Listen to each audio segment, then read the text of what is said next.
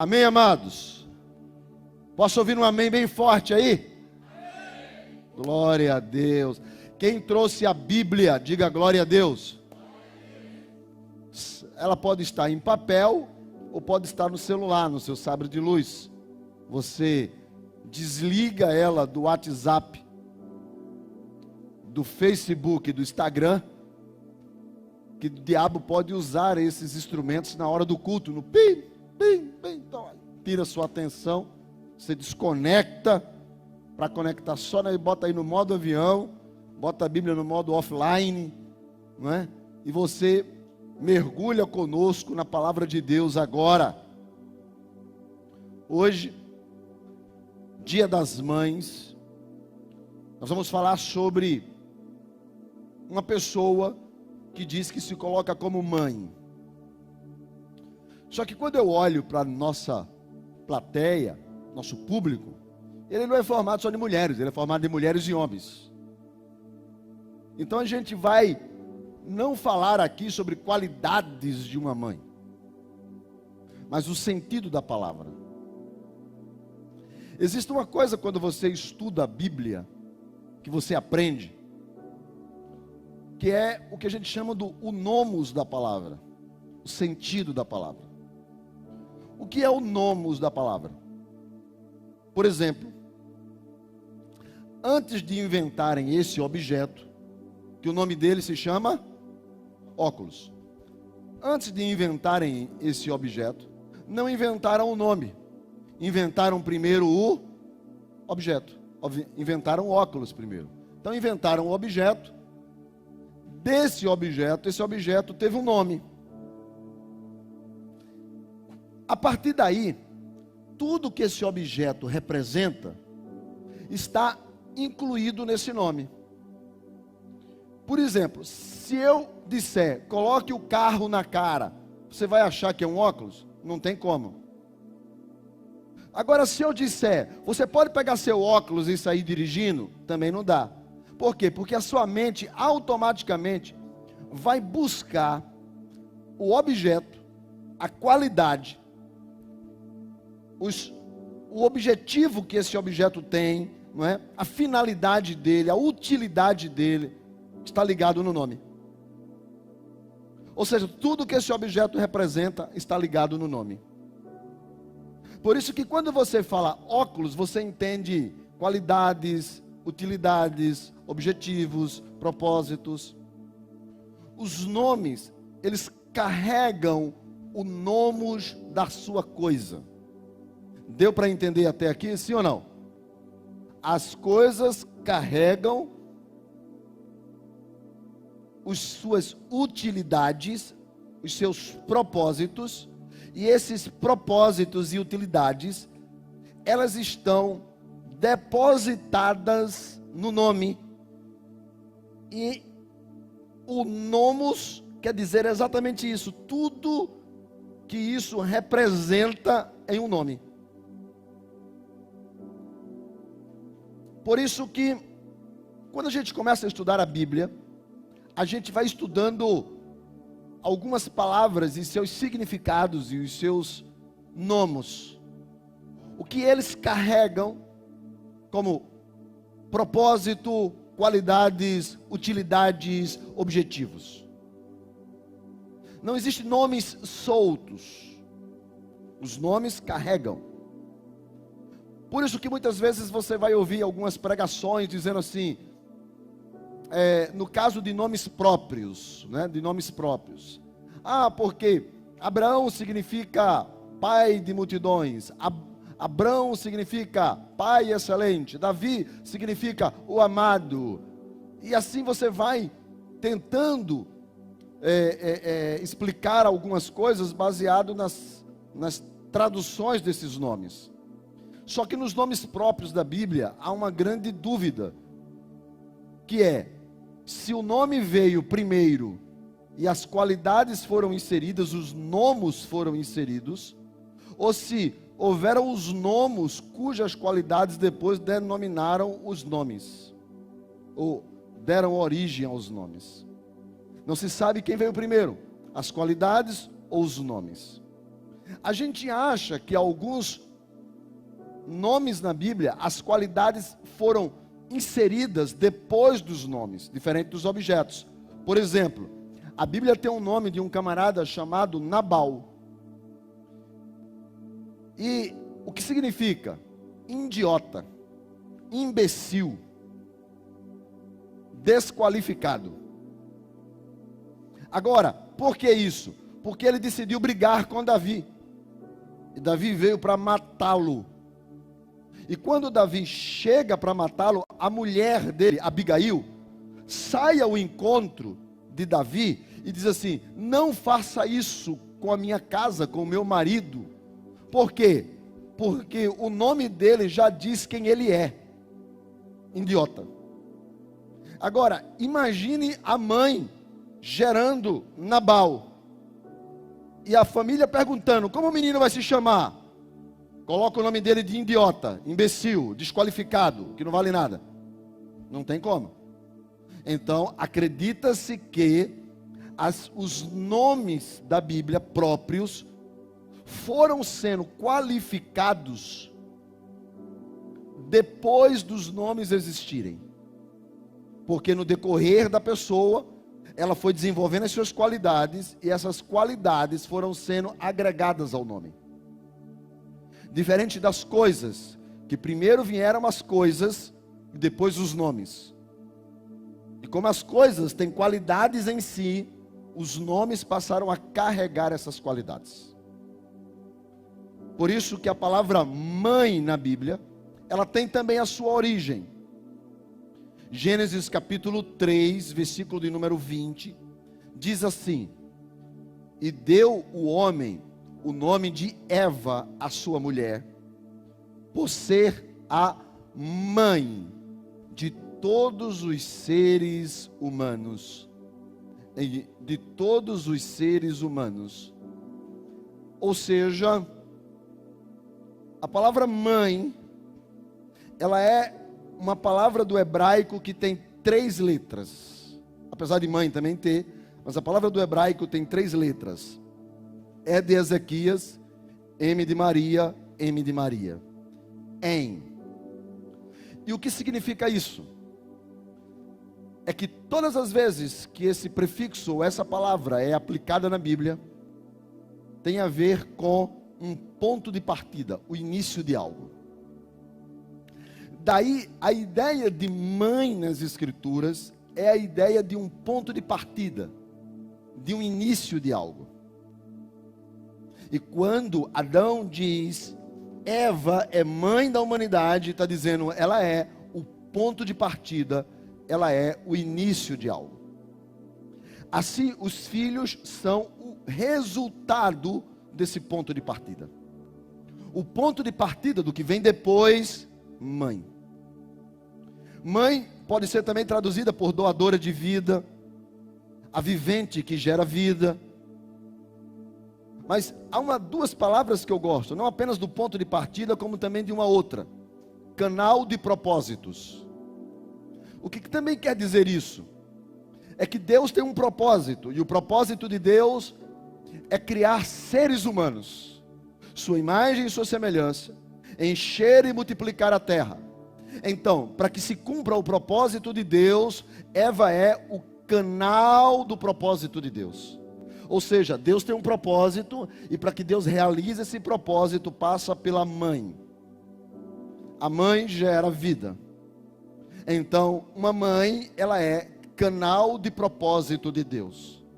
Eu gosto dessas 2 palavras, ponto de partida e canal de propósito. Ou seja, por onde passa o propósito de Deus. Se os nossos filhos são propósito de Deus, então a mãe é o canal do propósito de Deus. Quem está entendendo até aqui, diga amém. Ok.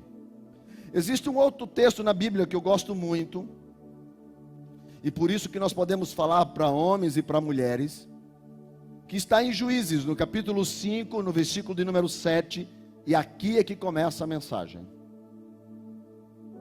Tudo isso que eu falei foi só para você entender, mas já gastaram 10 minutos do meu tempo, mas aqui é que começa a mensagem. Quer dizer, já gastaram não, eu gastei. Gastaram, eu gastei. Juízes 5, 7, diz assim: ficaram desertas as aldeias em Israel, e repousaram, até que eu, Débora, me levantei-me por mãe em Israel. Eu me levantei por mãe em Israel. Débora se pôs como mãe em Israel. Débora é o ponto de partida de uma vitória. Esse texto, que é uma canção, no capítulo 5 de Juízes, retrata uma vitória de Deus a Israel, que nós vamos ver no capítulo de número 4. Agora, a vitória de Deus no capítulo 4 de Juízes se dá porque Débora se coloca como ponto de partida dessa vitória.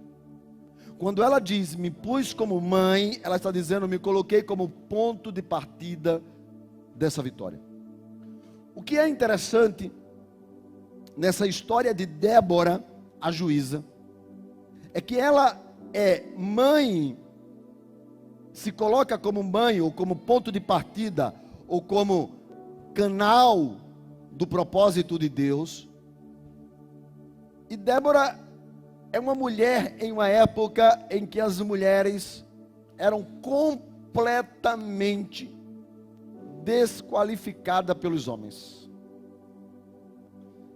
É uma época em que mulheres não podiam exercer primazia em nada. Uma época onde as tribos, nações, surgiam de uma mentalidade patriarcal, onde o homem dominava. Onde era necessário a força do braço da guerra, a disposição de lutar, de matar, de conquistar. Por isso que o homem era, de uma certa forma, o líder, e estava em uma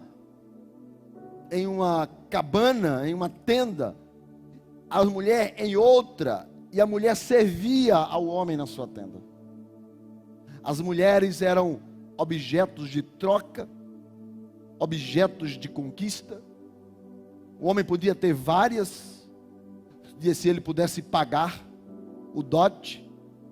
E as mulheres, de uma certa forma, se tornavam pessoas sem nome, sem identidade, um número a mais.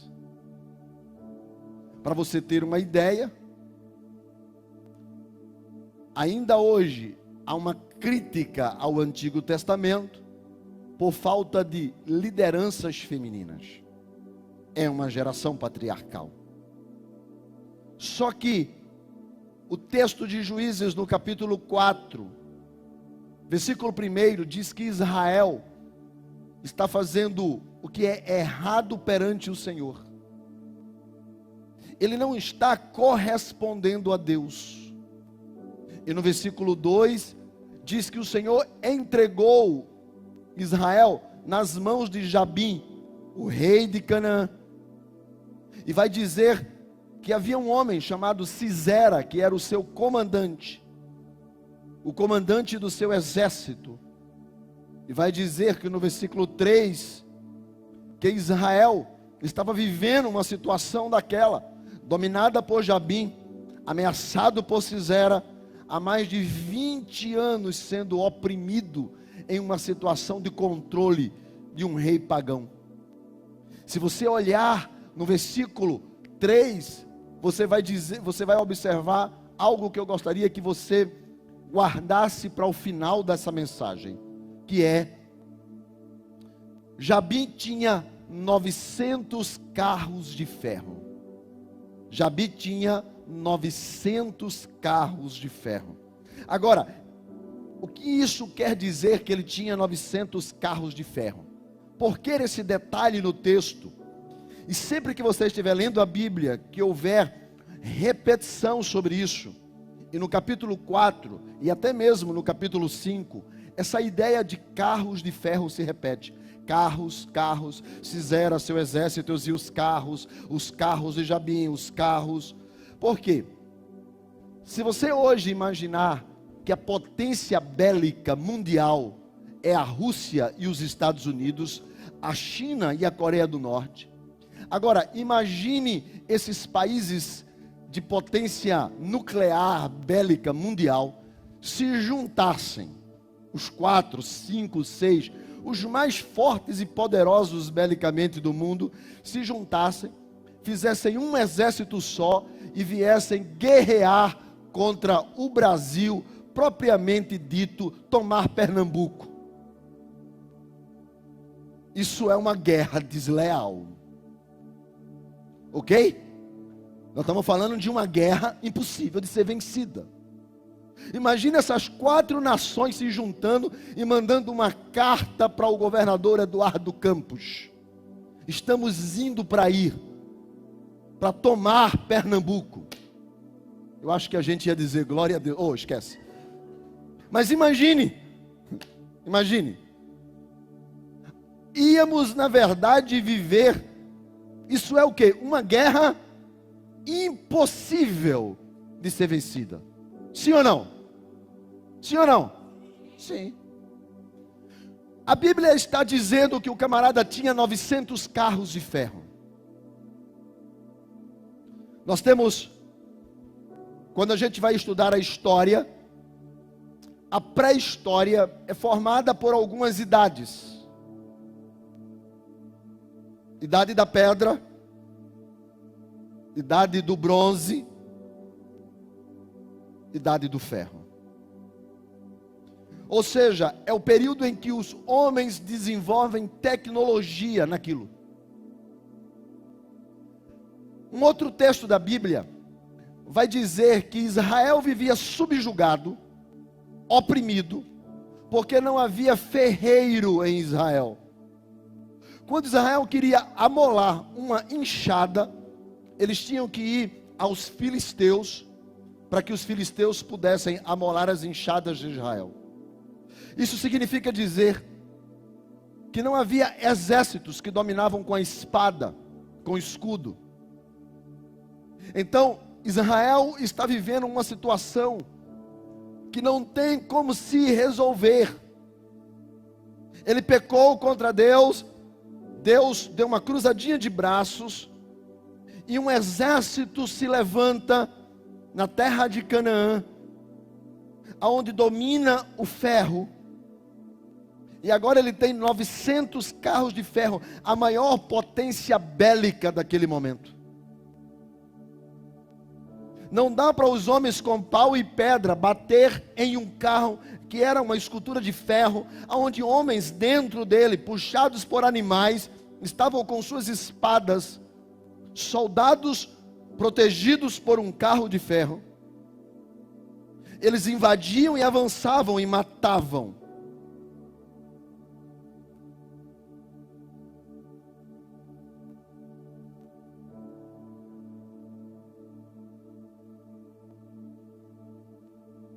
Eles invadiam e matavam essas pessoas. Por causa disso, Israel estava sob domínio. E Deus então decide mudar essa história. E essa história é mudada por uma mulher. E ela diz: Deus me colocou como ponto de partida para uma vitória. Deus me colocou como ponto de partida para mudar essa história.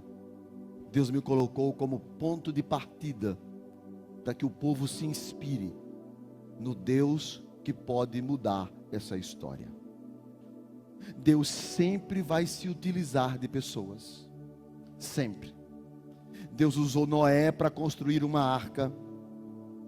Deus usou a intrepidez de Pedro. Deus usou Sansão com uma queixada de um animal. Deus usou o barco dos filhos de Zebedeu, a sabedoria de Paulo, a casa de Marta e de Maria. Deus está sempre usando aquilo que para a gente é tão comum, tão igual, tão insignificante. Deus está sempre usando para mudar a história. Às vezes a gente pensa que Deus vai agir de uma forma tão sobrenatural.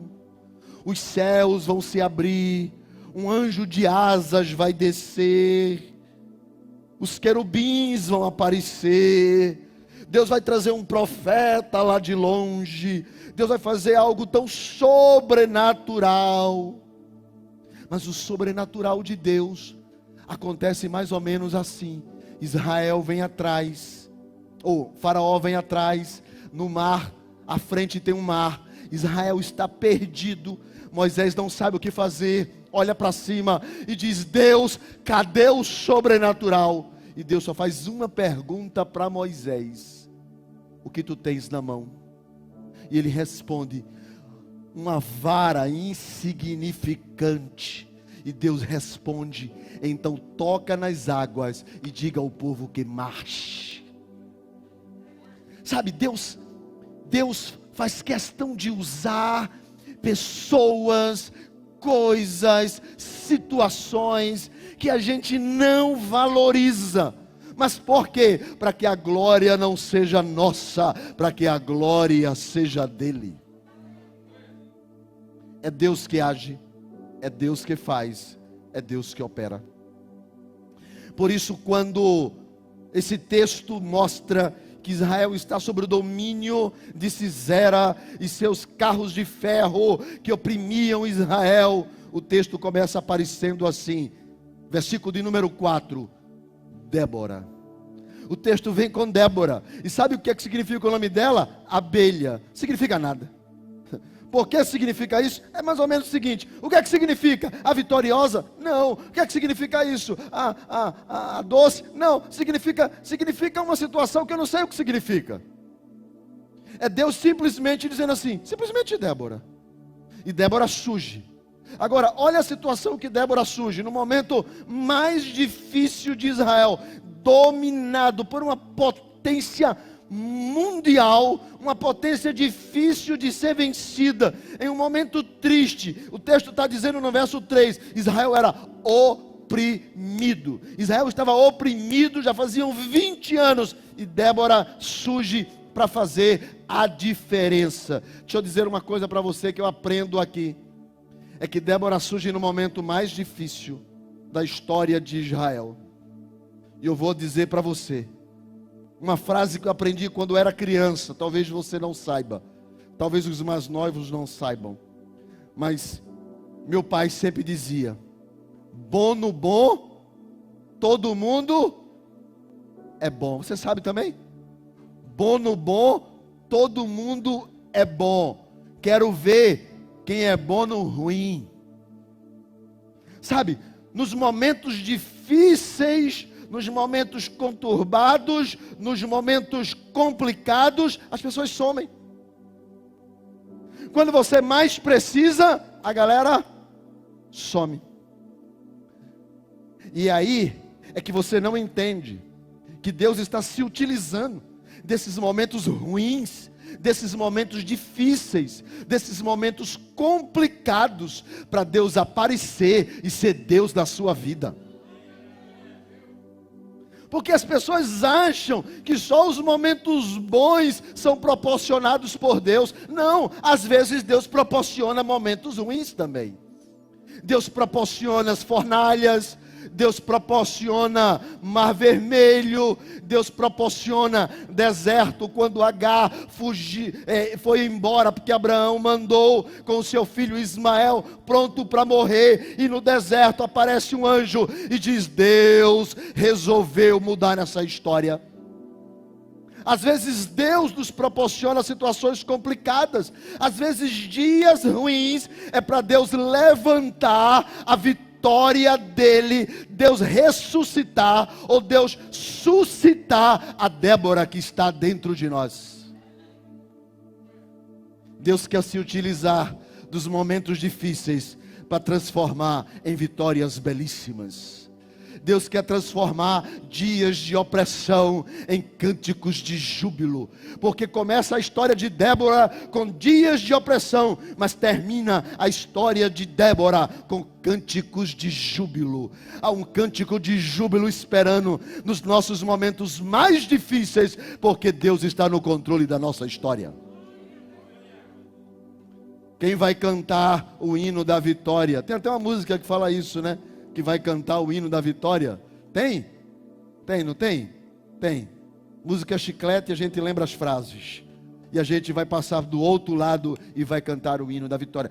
Débora nos ensina que Deus pode se utilizar dos momentos ruins, das nossos momentos mais difíceis, mas eles não terminarão com vitória ou com derrota, eles terminarão com vitória.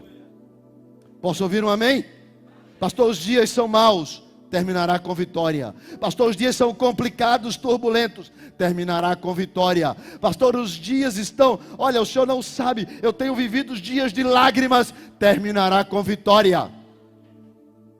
Mas quer aprender como é que termina com vitória? Quem quer aprender, diga amém. Primeira coisa, olha o que é que diz o texto, Débora, versículo 4. Agora olha a segunda coisa que está escrito. O que é? Qual é a primeira palavra que vem depois de Débora? Diga aí, repita aí. Profetiza. Você sabe o que é que isso significa? Significa assim, é que Débora era profetisa. O que é a palavra profetiza? Do grego profetês. O que é o profeta ou a profecia? É dizer o que Deus diz, é falar o que Deus fala. Sabe, quando a palavra diz Débora profetiza, não está dizendo que Débora falava o que ela queria, estava falando que ela falava o que Deus falava. Deus sempre tem algo a nosso respeito. E o que é que a gente diz isso? A gente precisa aprender a declarar o que Deus declara. A gente precisa aprender a dizer o que Deus diz. Você não é movido pelo que o mundo fala, você não é movido pelo que o diabo lhe acusa, mas você é movido pelo que Deus diz a teu respeito. Falar o que Deus diz, e Deus declara: eu estarei convosco todos os dias até a consumação do século.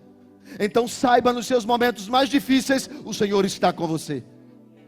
E você precisa aprender a declarar isso, a ser profeta sobre a sua própria vida. Seja profeta sobre você. Aprenda a declarar o que Deus diz. Porque Deus amou o mundo de uma tal maneira que deu o seu Filho unigênito, para que todo aquele que não lhe crê não pereça, mas tenha a vida eterna. Porque Deus nos amou primeiro, então nós somos alvo do amor de Deus. O Deus que tudo faz, o Deus que criou os céus e a terra, o Deus que tem poder em si, o Deus que é onipotente, onisciente, onipresente, o Deus que é poderoso, o Deus que nunca perdeu uma batalha. Ele olha dos céus e Ele me ama.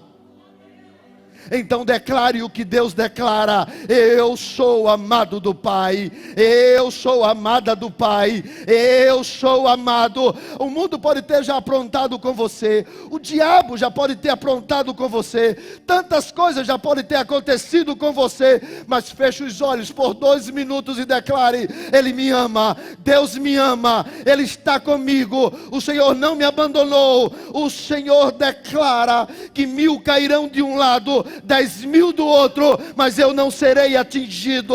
Eu não serei atingido. Na minha casa haverá paz. Eu e a minha casa serviremos ao Senhor. O Senhor está comigo. Eu declaro o que Deus diz. Somos mais que vitoriosos por Cristo que nos amou. Quem declara o que Deus declara? Quem vai sair daqui esta noite declarando o que Deus declara? Quem vai sair daqui esta noite declarando o que Deus declara? Débora profetiza. Isso é a cara tová. Isso é, Deus é bom apesar das circunstâncias. Porque Israel estava 20 anos sendo oprimido, e Débora está debaixo de uma palmeira, dizendo o que Deus diz. Sabe, Um dos nossos problemas é que a gente não entendeu ainda que nós somos as meninas dos olhos de Deus. Nós somos uma nação santa, um povo adquirido, separado, para anunciar as obras daquele que nos chamou. Nós somos a boca de Deus na terra, os olhos, os ouvidos, os pés, as mãos, mas também o bolso. Nós somos o que Deus quer para que o mundo seja transformado. A igreja, nós somos sal, nós somos luz, nós somos a revelação de Deus à humanidade, nós somos os embaixadores de Deus nessa terra, nós temos a sua palavra para pregar, nós temos um canal direto com os céus, nós temos o Senhor conosco, porque assim diz o Senhor acerca de nós. Você não é qualquer um. Nós somos o que Deus diz que nós somos. Profetize isso para você mesmo. E o texto diz, no versículo de número 6, olha o que é que o texto diz. Mandou ela chamar a Baraque, filho de Abinoã, de Quedes, de Naphtali, e disse para ele, porventura o Senhor Deus de Israel já não deu ordem dizendo, vai? Mandou chamar a Baraque. E disse para Baraque, olha, Deus já não falou?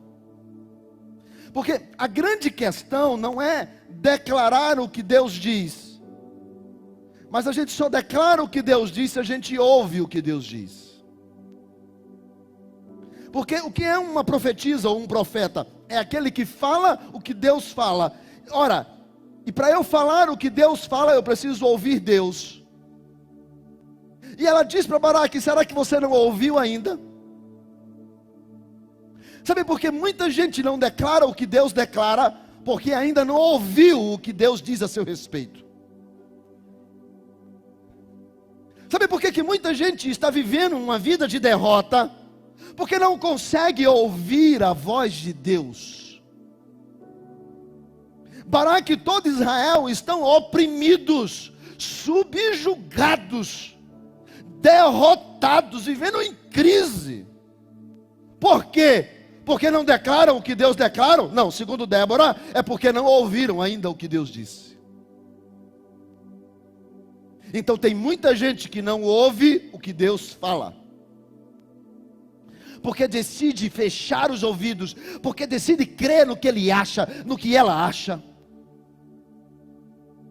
porque decide crer naquilo que ele aprendeu, do que ela aprendeu, naquilo que ele defende ou ela defende, e não ouve o que Deus está falando.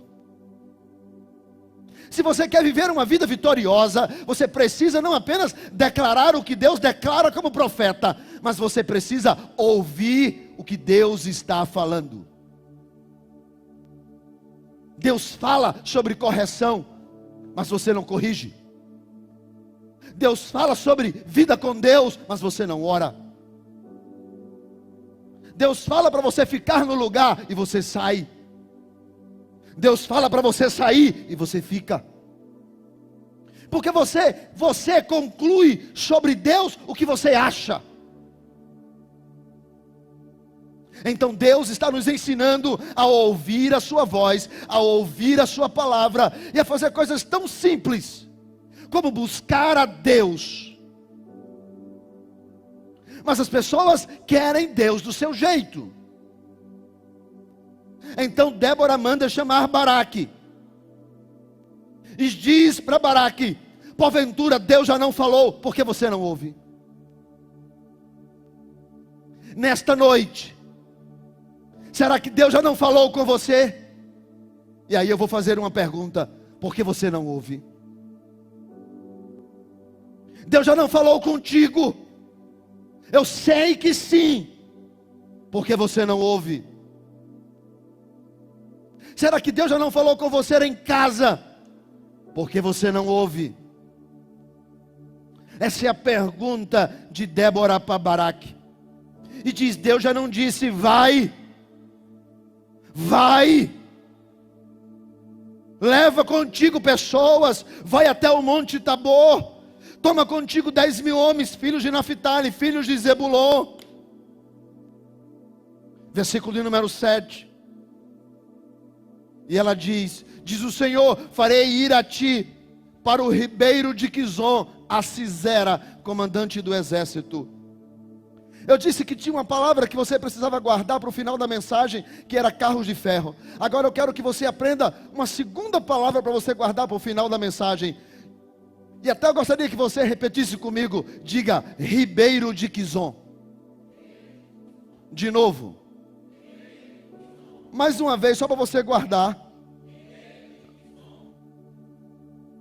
E Deus diz para Baraque: eu vou levar Sisera ao ribeiro de Quizon. O comandante do exército de Jabim vai lá, mas ele vai só não, ele vai com seus carros e as suas tropas. E quando chegar ao ribeiro, eu darei ele nas tuas mãos. Ou seja, nós estamos falando da maior potência bélica. E Deus está dizendo para uma meia dúzia, 10.000 homens em relação à quantidade. Deus está dizendo para 10.000 homens com pau e pedra: quando chegar no ribeiro de Quizon, o maior exército do mundo, eu darei nas tuas mãos. Quem é que está dizendo isso? Quem é que está falando isso? Deus. Agora, olha o que é que ele responde no verso de número 8.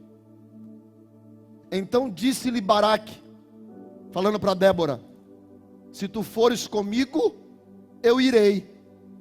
Porém, se não fores comigo, não irei. Sabe o que é que eu acho mais interessante nisso? É que Deus está falando, Baraque está ouvindo, mas ele decide não obedecer, exceto se Débora for com ele. Sabe o que é que isso significa? É que ele acredita em Débora, mas não tem fé suficiente para crer no Deus que fala com ele. Sabe, quando eu li esse texto, me deu uma vontade de fazer uma pergunta, e eu vou fazer para você esta noite. Será que as pessoas olham para você e veem Deus em você? Porque é mais ou menos assim que Baraque disse: eu sei que Deus vai nos dar a vitória, mas o Deus que fala com você, se você for, eu tenho certeza que Ele vai resolver o problema. Agora, se eu for sozinho, eu não sei. Será que os teus filhos podem olhar para você e dizer: Deus está em você? Será que a tua esposa pode olhar para você e dizer: Deus está em você? Será que o teu marido pode olhar para você e dizer: Deus está em você?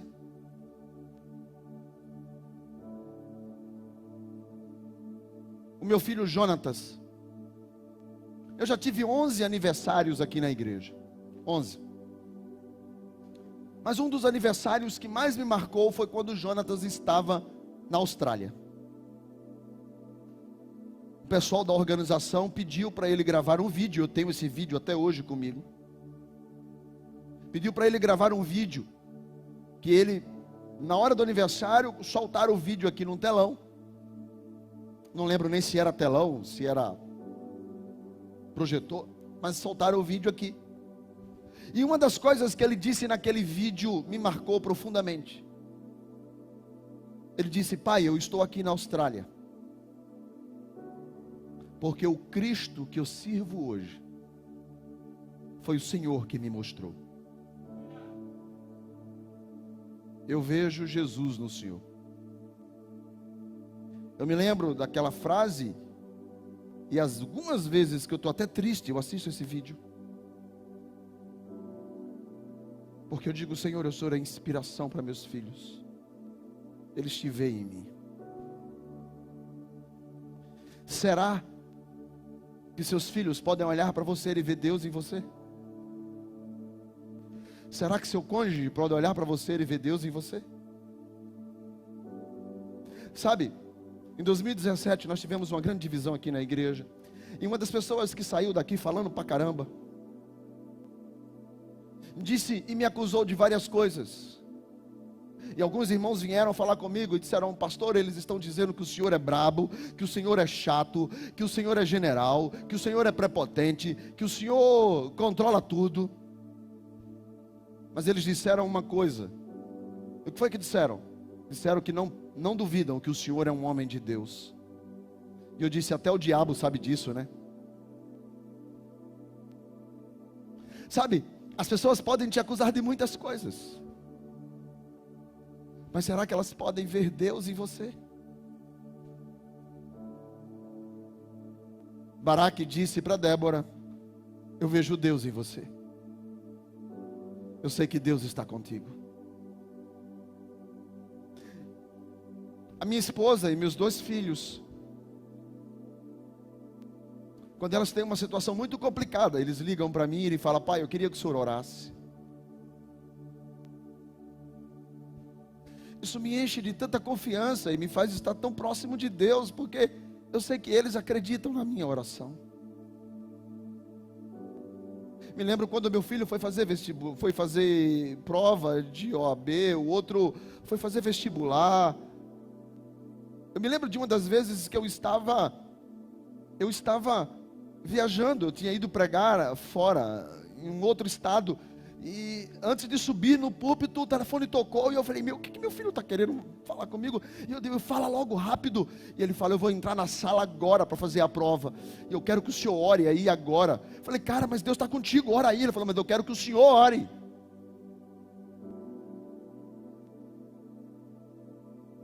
Será que você pode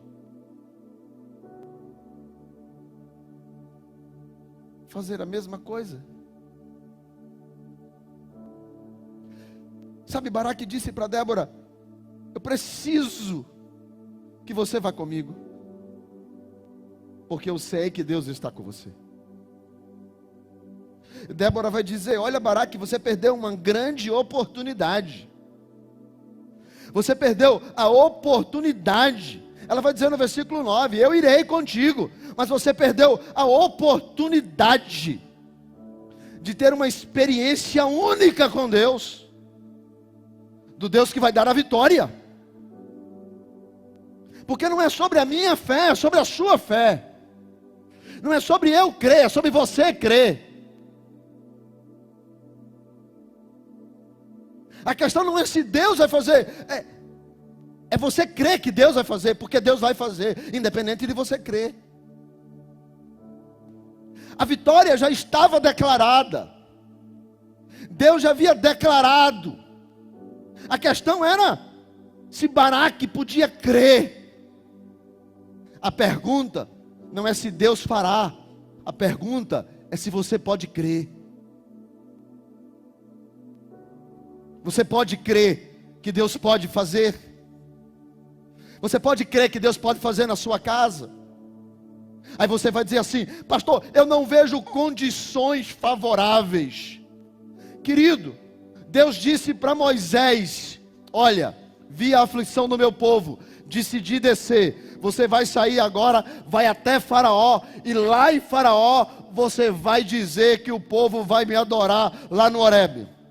E Moisés disse assim: eu não posso, eu tenho até a língua pesada, eu não tenho condições. Ele estava com medo de Faraó e toda a potência do Egito. Mas a questão não é o tamanho do Egito, a questão não é se Moisés pode, ou se Moisés consegue, ou se Moisés fala. A questão é que precisa entender que quando Deus quer, Ele usa a vara de Moisés, o queixado da jumenta na mão de Sansão. Ele usa a intrepidez e a ousadia de Pedro no dia de Pentecostes. Ele usa quem Ele quer, da maneira que Ele quer, porque não é nós, é Ele. Até uma jumenta fala para Balaão, porque quando Deus quer, acontece. Então é Deus que quer. Não dependia da fé de Baraque. Ao ponto que Débora diz assim: beleza, eu vou contigo. Só tem uma coisa: a honra, a experiência, o nome não será o teu, será de uma mulher, ou seja, insignificante. Para mostrar que Deus é Deus, apesar do general Baraque. Que Deus é Deus, apesar da profetisa Débora. Não é sobre nós, é sobre Deus. Ou você sai daqui crendo que o Senhor está no controle, que Jesus não morreu em vão, que o Espírito Santo está entre nós. Isso vai ajudar você a viver melhor. Porque quando Deus quer, Deus faz. A gente fica olhando as coisas e dizendo assim: elas são desse jeito. Mas não, elas não são, sabe, do jeito que você imagina, elas são do jeito que Deus quer.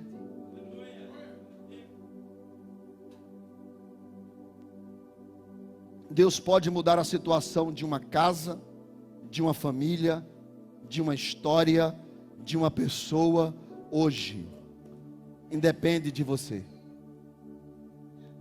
Jesus está descendo o Monte Tabor também. Ele acaba de se transfigurar. E quando ele está descendo, ele vê um tumulto, os apóstolos ali, a multidão gritando, e tem um homem com uma criança se revirando no chão.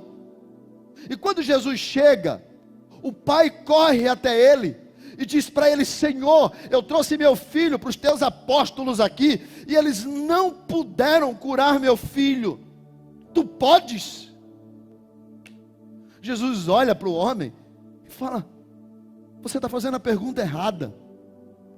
Não é se eu posso fazer, é se você pode crer.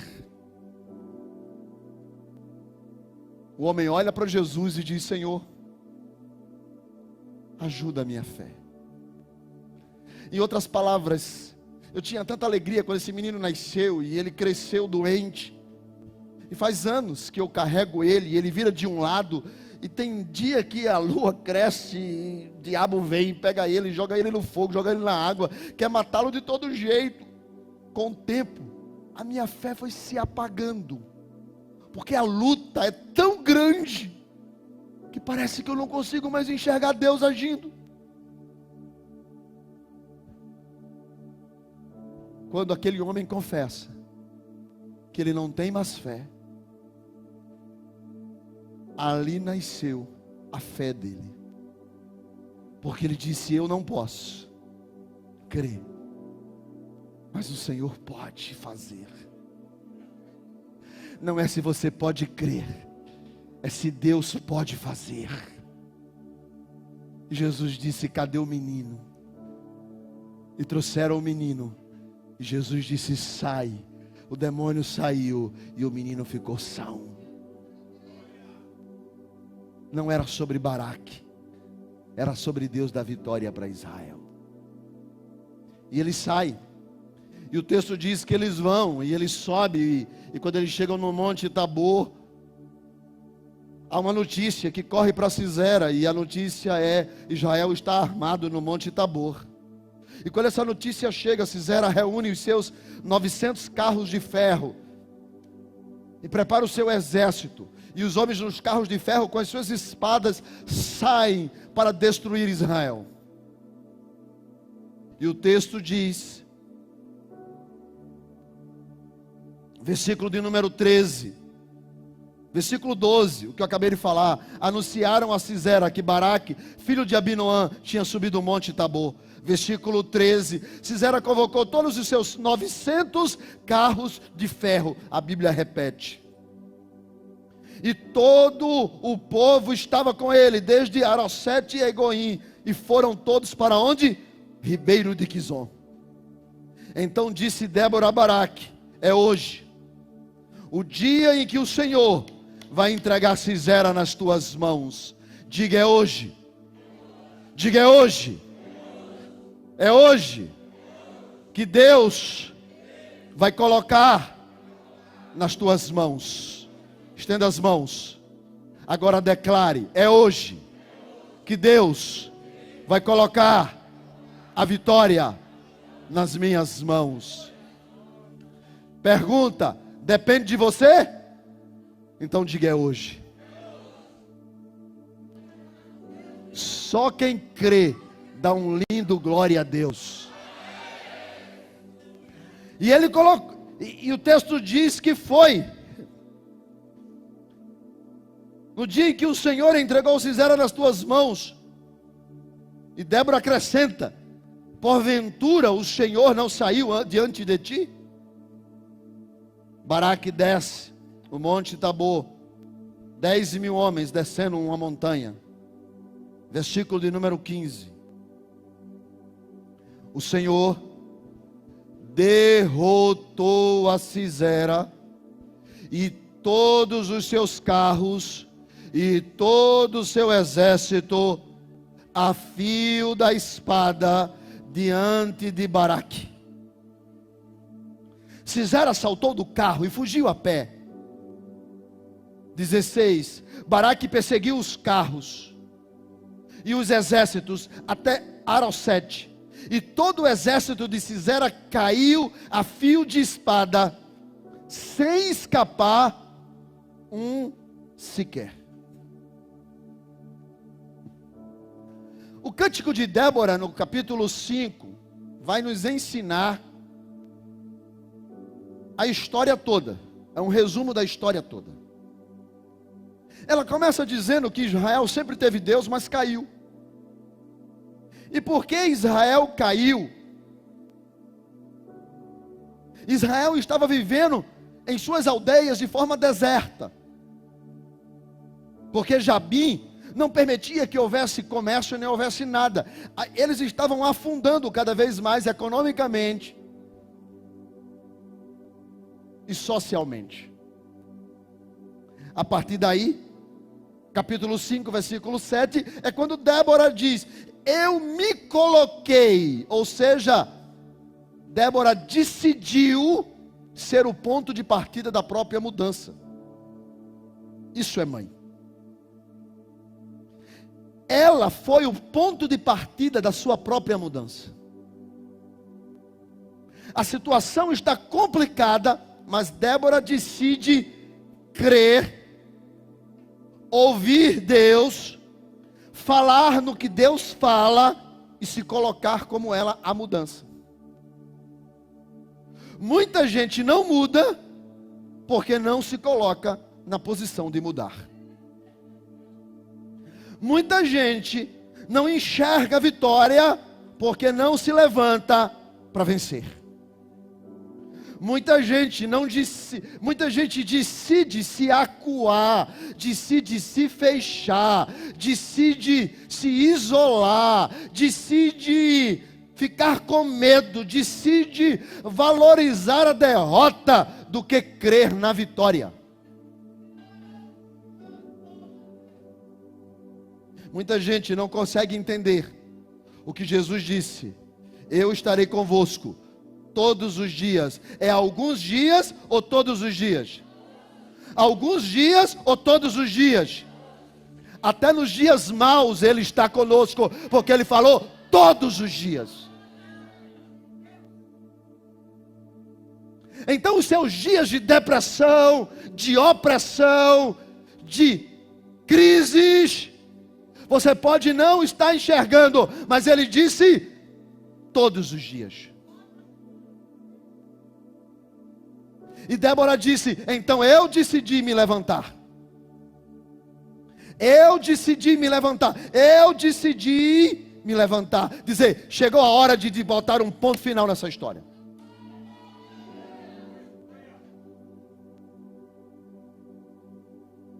Eu me levantei. Versículo 8 diz: sabe, Israel escolheu outros deuses. Israel escolheu novos caminhos para seguir. Não havia escudo nem lança em Israel, só havia pessoas com pau e pedra. É incrível esse texto. Não havia escudo nem havia lança. Então com que eles foram à guerra?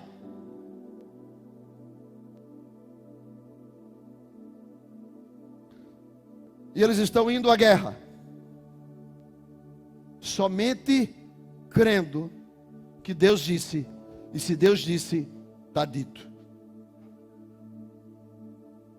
Nada que você fizer nessa terra acrescentará a vitória de Deus sobre a sua vida e sobre a sua casa. Chegou uma hora de crer ou não crer. Chegou a hora de se levantar e dizer: Deus está no controle. Isso não vai me perturbar mais. Isso não vai tirar mais a minha paz. Não vai. E eu vou partir para cima. Com o quê? Se não tem nem espada e nem escudo.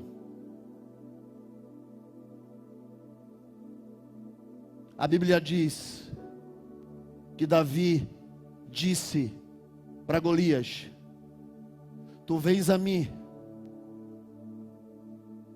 com escudo e com lança, mas eu vou a ti em nome do Senhor dos Exércitos. Eu sei em quem eu creio. E você? E olha o que aqui diz o versículo de número 20. Porque quando eles descem, ribeiro, deixa eu explicar primeiro para você o que é ribeiro. Ribeiro é um fio de água.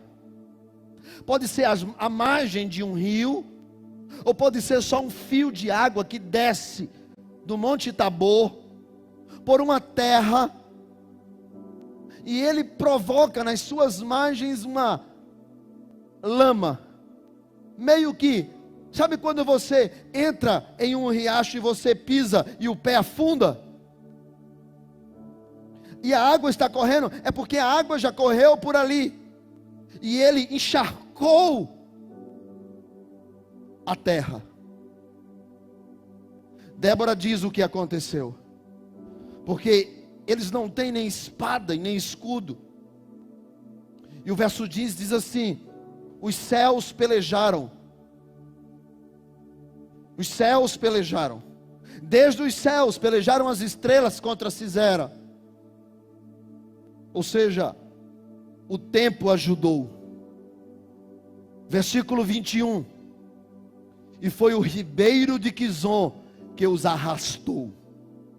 Foi o ribeiro de Quizon. Quizon é o ribeiro das batalhas. Deixa eu dizer a você o que foi que aconteceu. Eles vinham com todo o ódio do mundo para cima daqueles homens em seus carros de ferros, com suas rodas de ferros, e quando eles entraram na lama, os carros afundaram. E quando os carros afundaram, os homens tentaram se mover e não conseguiram. E aí a Bíblia diz que Israel veio, porque ouviu-se um grito: avante, ó Israel, para cima, ó Israel, porque o Senhor nos deu a vitória. O maior exército do mundo foi vencido pelo Senhor, pela lama do ribeiro. Quem foi que disse que você precisa de muitas coisas para Deus te dar a vitória? Você só precisa crer que o Deus que falou vai cumprir, que o Deus que está entre nós, Ele é Senhor das nossas batalhas.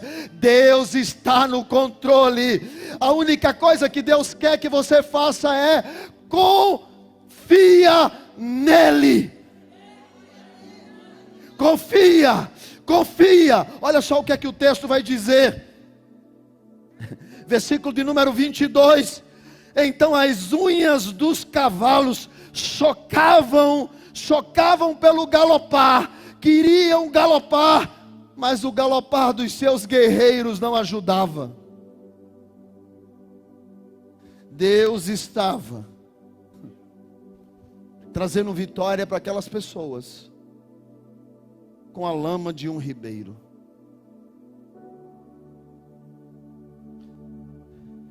A única coisa, sabe, uma mãe, quando Débora diz assim: Deus me colocou como mãe, o que me inspira nessa palavra em ponto de partida, canal de propósito. E quando eu olho, eu vejo uma coisa numa mãe que é incrível, o quanto que ela confia no seu filho. não existe para uma mãe filho mau, perverso, existe com problema.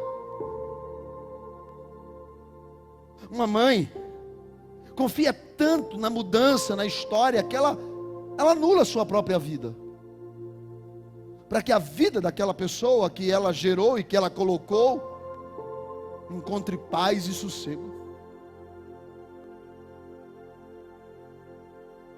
E Débora disse: eu decidi me colocar como mãe diante do problema. Eu decidi confiar em Deus. Eu decidi crer que Deus pode mudar a história. Deus pode, Deus pode, Deus pode, Deus pode, Deus pode. Porque Deus é bom. Porque não depende de nós, não depende de um Israel que pecou, não depende de 40 anos sem espada e sem escudo, 20 anos de opressão. A vitória não depende do que nós temos ou do que nós somos. A vitória depende do Deus que nós servimos. Porque Deus é bom.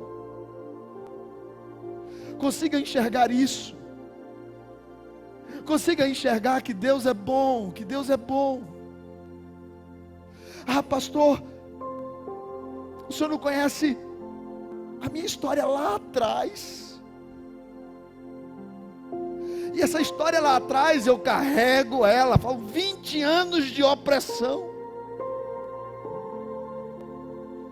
Mas chegou o dia de você se levantar como mãe e dizer: eu levanto e confio, como profeta eu declaro e ouço o que Deus está dizendo, é que o tempo da vitória chegou. Eu declaro isso. Olha o que aqui termina, como termina assim: assim, ó Senhor, pereçam todos os teus inimigos. Versículo 31. E a parte que eu mais gosto é essa: porém os que te amam brilharão como o sol. Os que te amam brilham como o sol. Débora cantou o cântico da vitória, dizendo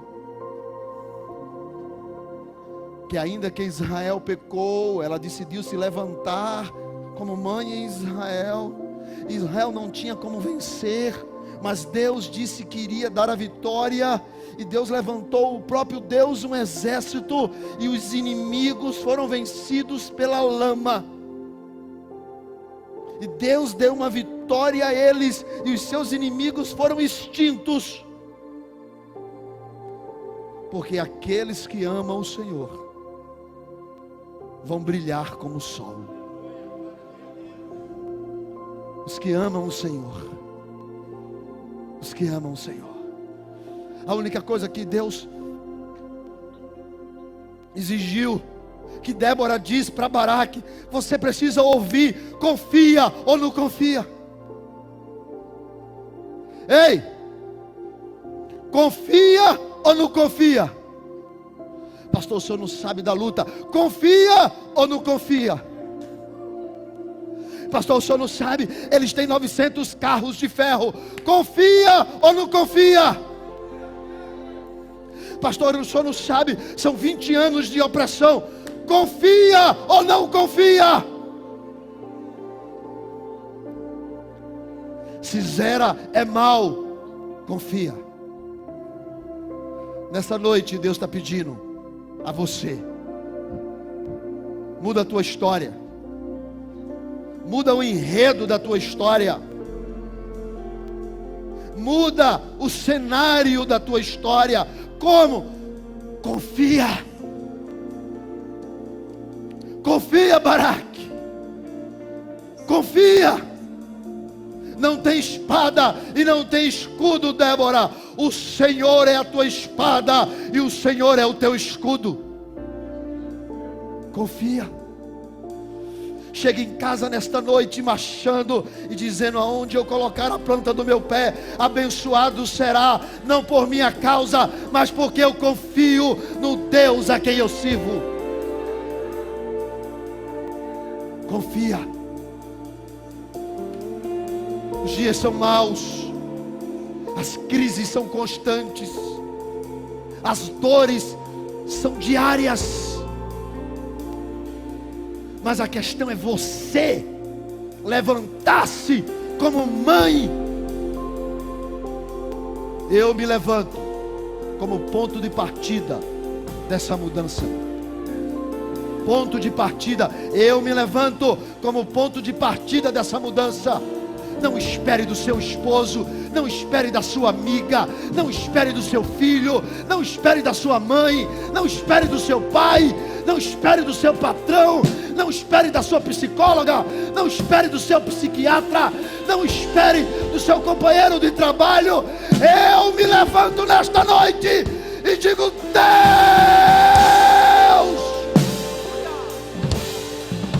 o Senhor era o meu ponto de partida.